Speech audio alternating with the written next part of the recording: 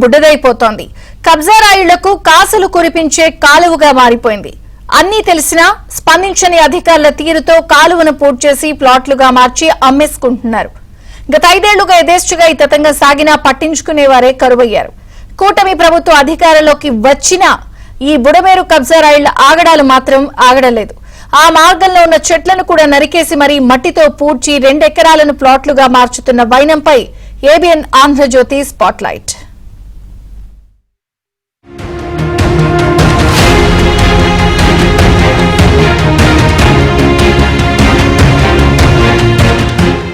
బుడమేరు నాడు విజయవాడ నగరాన్ని వరదలతో ముంచెత్తే నీటి ప్రవాహం.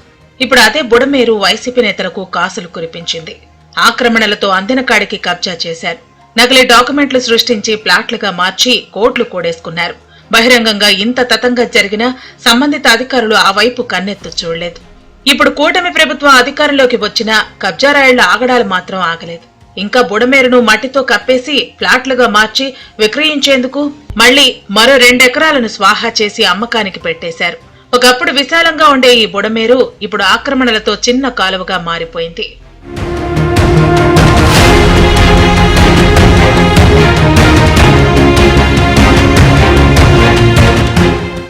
విజయవాడ నగర పరిధిలో బుడమేరు కాల్వ సుమారు 11 కిలోమీటర్లు ప్రవహిస్తోంది. భవానీపురం, అజిత్ సింగ్ నగర్, అయోధ్య నగర్, పాయకాపురం తదితర ప్రాంతాల మీదుగా సాగే ఈ కాల్వ ఆక్రమణతో కుంచుకుపోతోంది. ఆక్రమణల కారణంగా సాగునీటి కాలువ కాస్త డ్రైనేజీ కాల్వగా మారిపోయింది.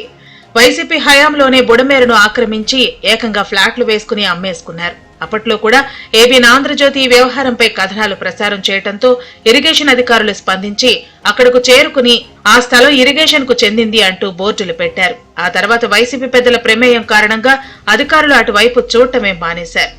ఎవరికాళ్ళే నాయకులు బుడమేరు మొత్తం కూడా ఆక్రమించుకున్నటువంటి పరిస్థితులు కూడా గతంలో కూడా చూసాం. ఇప్పుడు వాళ్ళ నాటిలన్నీ కూడా ఎవరైతే ఆక్రమించుకుంటాకి చూస్తా ఉన్నారో గతంలో కూడా ఏబిఎన్ ఆంధ్రజ్యోతి పేపరు దాని మీద ఉక్కుపాదం మోపి ఎవరైతే ఆక్రమణ చేశారో అందరూ కూడా ఆక్రమణ గురి కాకుండా స్థలాలను కాపాడినటువంటి సందర్భాలు కూడా చూసాం.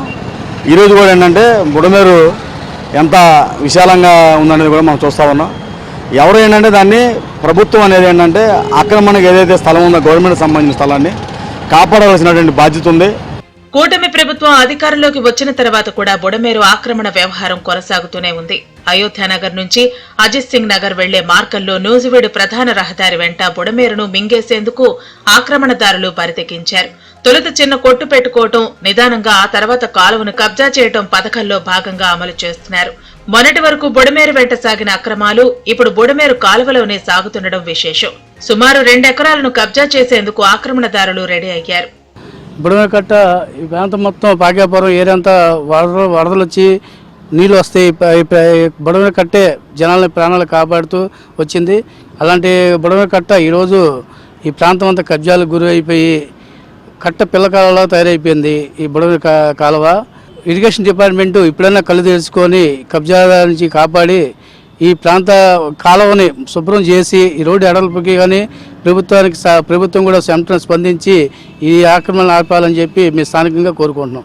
ఇప్పుడైనా ఉన్నతాధికారులు స్పందించి బుడమేరుకు ఆక్రమణల నుంచి మోక్షం కలిగించాలని కోరుతున్నారు.